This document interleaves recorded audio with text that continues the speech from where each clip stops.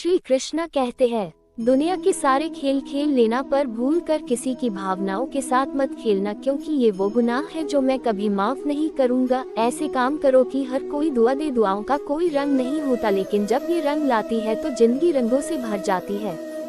कृष्ण कहते हैं, माँ कभी साधारण नहीं होती, वो तो परमात्मा के बाद वह शक्ति है जो खुद मौत की गोद में जाकर एक जिंदगी को जन्म देती है। इसलिए माँ का सदैव सम्मान करे। छल कपट पाप का फल इसी धरती पर भुगतना पड़ता है। याद रखना, समय किसी को क्षमा नहीं करता, सबका हिसाब करता है।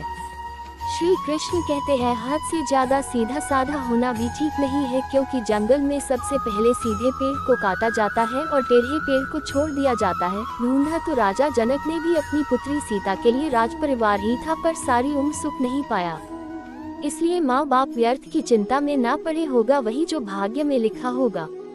तिरस्कार यदि बार बार अपनों से ही मिले तब शब्दों का विवाद उचित नहीं, क्योंकि जो व्यक्ति आपके महत्व को ही नहीं समझा वो आपके शब्दों और भावनाओं को क्या समझेगा।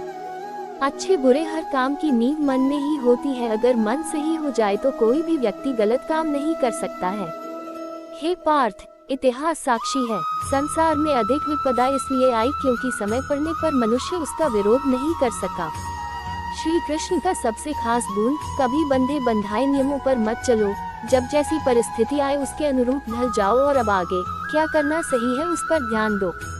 जब कल का दिन देखा ही नहीं तो आज का दिन क्यों खोए। जिस घड़ी में हंस सकते हैं उस घड़ी में कल के लिए क्यों रोए। मोह इतना न करे कि बुराइयां छिप जाए और घृणा इतनी न करे कि अच्छाइयां देख ही न पाए।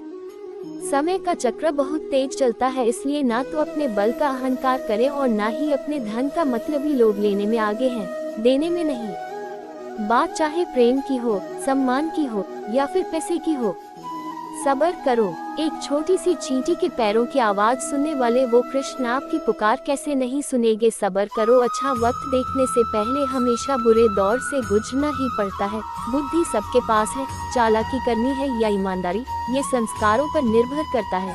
भगवान कहते हैं, दिल खोलकर सांस लो, अंदर ही अंदर घुटने की कोशिश मत करो। कुछ बातें मुझ पर छोड़ दो, सब कुछ खुद सुझाने की कोशिश मत करो।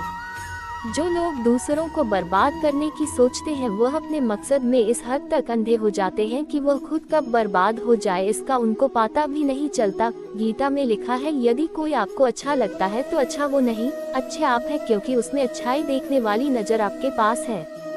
साथ रहकर जो छल करे उससे बड़ा कोई शत्रु नहीं, और जो हमारे मुंह पर हमारी कमी बता दे उससे बड़ा कोई मित्र नहीं। जो भाग्य में है वो भाग कर आएगा, जो भाग्य में नहीं है वो आकर भी चला जाएगा। इसलिए बेहिसाब हसरतें न पालिए, जो मिला है उसे संभालिए।